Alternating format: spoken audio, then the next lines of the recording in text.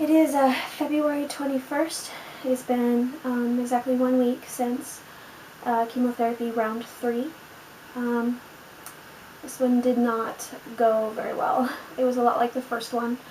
I also had new symptoms on top of this one. I was having, the histamine response I had originally with the adriamycin I've been having the whole time. I've kind of managed it with Benadryl and Claritin, but it just never stopped.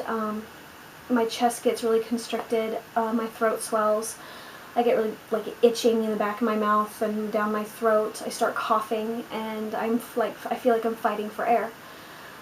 So like I said, most of the time I've kind of managed it with the Benadryl and the Claritin, but it's been kind of concerning because this didn't happen last time, and I'm not really sure why. I met with Dr. Ellis, the oncologist, today, and talked to her about it. This morning I was having a really bad day again for some reason. I'm not sure why. The histamine thing was just out of control. I was having really bad stomach pain.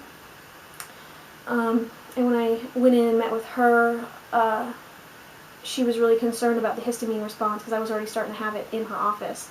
And I had had a Claritin that morning, so I don't know why I was still having it. And it was pretty bad. So they checked all my vitals and took my blood and checked my counts. My counts are exactly where they were the day I got chemotherapy, or before I got the chemo. And at that time she said they were barely high enough. They were just barely there so I could go get chemo.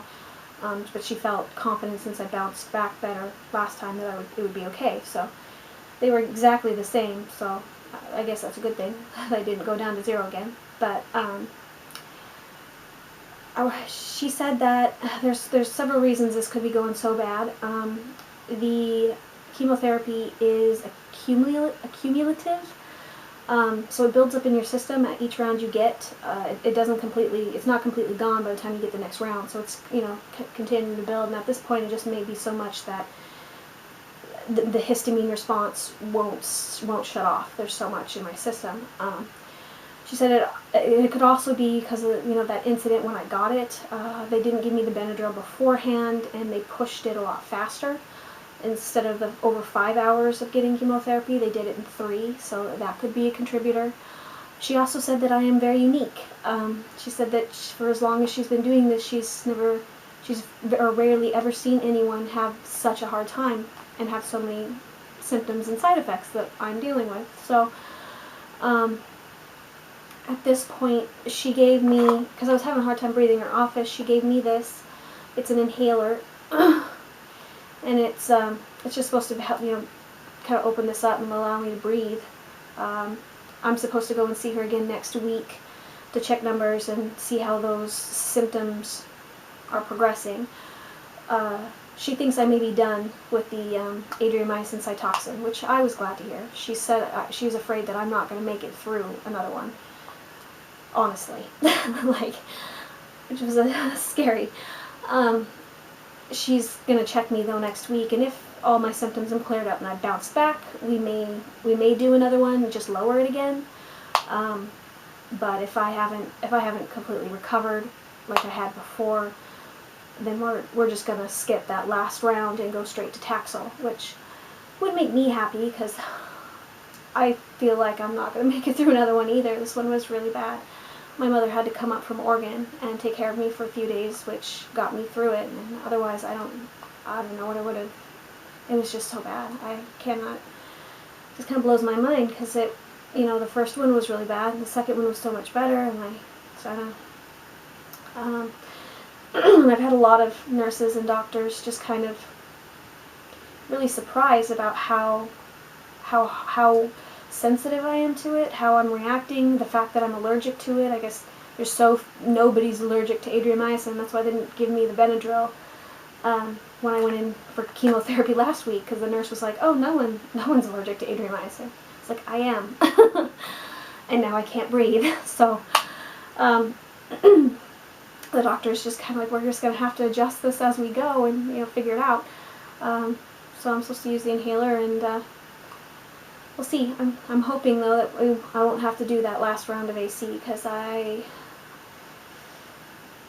just can't do it. I just don't have the willpower, I think, right now to make myself go back in there and let them give that to me again. But I've surprised myself so far on some days, so we'll see. Let's see. I've had a hard time again this week with just simple things. The chemo brain has been about the same, which is good. I was afraid it would get worse since so many of the other symptoms were so much worse again. But at this point, we've kind of got a system, and I can kind of function. We've got systems. I've got notes. I've got alarms going off on my phone and my iPad now, and I'm working through it. So as long as it doesn't get any worse, we can manage this. The frustrating thing is I was told that even after you're completely done with chemotherapy, it will take several months before the chemo brain, goes away. It just kind of lingers. It takes a long time for this stuff to get out of your system, so it affects you for a long time. And for those who are going through chemo or about to go through chemo, don't be too freaked out about this. Apparently, I am a special case. This is the worst case scenario. I say these days that most people don't have these kind of issues. Most people can still function, they can work, they can get through it really well, but nobody's allergic to adriamycin. So don't be overly frightened or discouraged. Definitely ask questions, and if you feel those kind of symptoms when you're getting treatment, make sure you say something, because it will get worse as it goes on, as it builds up in your system. So there is that. I already mentioned the numbers, and they're going to check those numbers next week.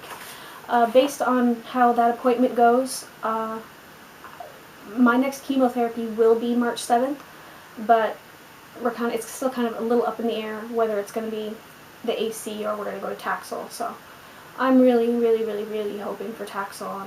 I've communicated to the doctor that I don't know if I can do another one of these, but if I bounce back really well, she may push for that, but lower the dose again. So we'll see.